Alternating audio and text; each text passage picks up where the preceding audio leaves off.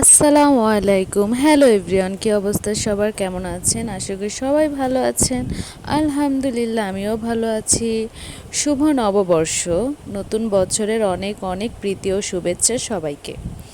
আর এই যে দেখলেন করলা ভাজি, এবং এখানে রান্না করছি এখন তিল্লি ভুনা করব। আমাদের পুরান ঢাকার লোকাল ভাষাতে এটাকে তিল্লি বলে, কিন্তু গ্রামীণ অঞ্চলে এটাকে কি বলে আমার আসলে জানা নেই।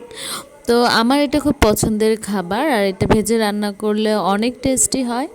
তো কার কাছে কেমন লাগে অবশ্যই কমেন্ট বক্সে জানাবেন। আর নববর্ষের অনেক অনেক শুভেচ্ছা আবারও সবাইকে। কে কী দিয়ে নববর্ষ পালন করলেন সেটাও অবশ্যই জানাবেন। তবে আমার ওরকম পান্তা ইলিশ এগুলো রিচুয়াল করে খাওয়া হয় না। তো ঘরে স্বাভাবিক যে রান্না বান্নাগুলো করি, ভয়েসটা শুনে বুঝতেই পারলেন শরীরের উপরে টিকটিকি চলে আসছিল, আর কি বলার। যাই হোক, এই যে দুপুরে খেতে বসেছিলাম সব রান্না বান্না করে, দেন আজকে আমার পহেলা বৈশাখে ড্রেসটা পরে নিলাম। কোথাও যাই বা না যাই, পহেলা বৈশাখ উপলক্ষে নতুন জামা যেহেতু বানিয়েছে পরতে তো হবেই।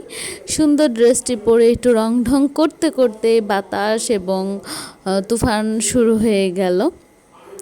দেন পরিবেশটা এত সুন্দর ছিল যে বলার মতো না। খুব সুন্দর একটা পরিবেশ এনজয় করলাম।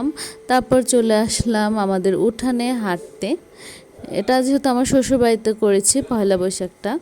তো এই যে চারোপাশে কি সুন্দর জায়গা, তাই না? খুব ভালো লাগে এসব পরিবেশ দেখতে। আর আমার শ্বশুরবাড়িতে পিছনে উঠানের জায়গাটা আমার খুব খুব পছন্দের। আমার এই জায়গাগুলো হাঁটতে খুব বেশি ভালো লাগে। আর শহর অঞ্চলে বিল্ডিংয়ে থাকতে থাকতে এরকম একটা খোলামেলা পরিবেশে কার না ভালো লাগে বলেন তো। দেখেন পেঁপে হয়েছে গাছের মধ্যে, সব টাটকা টাটকা জিনিস। আমার হাজব্যান্ড আম পাড়ছিল, এই যে আম গাছ, ছোট ছোট আম গাছে আম হয়েছে, ঘুরছি ফিরছি এবং একটু বাতাস এনজয় করছিলাম। আর দেখেন গাছে ঝুলন্ত আম দেখতে এতটাই ভালো লাগে যে বলার মতো না। কার কার এরকম ভালো লাগে অবশ্যই জানাবেন। দেন সন্ধ্যাবেলা আমরা একটু মেলায় ঘুরতে গিয়েছিলাম। এখানে ছিল আচার, এখানে ছিল হরেক রকমের জিনিসপত্র। এখানে যাই নেবেন 100 টাকা ছিল। তারপর হচ্ছে দেখেন মেলায় কি পরিমাণ ক্রাউড। আসলে ওইভাবে ভিডিও করতে পারিনি, ফোনে চার্জ ছিল না। এখানে বাচ্চাদের খেলনা, তারপর হচ্ছে যে আপনার মিষ্টির যে খাবারের জিনিসগুলো সেগুলো পাওয়া যাচ্ছিল, মেয়েদের কসমেটিক্স ছিল কিছু।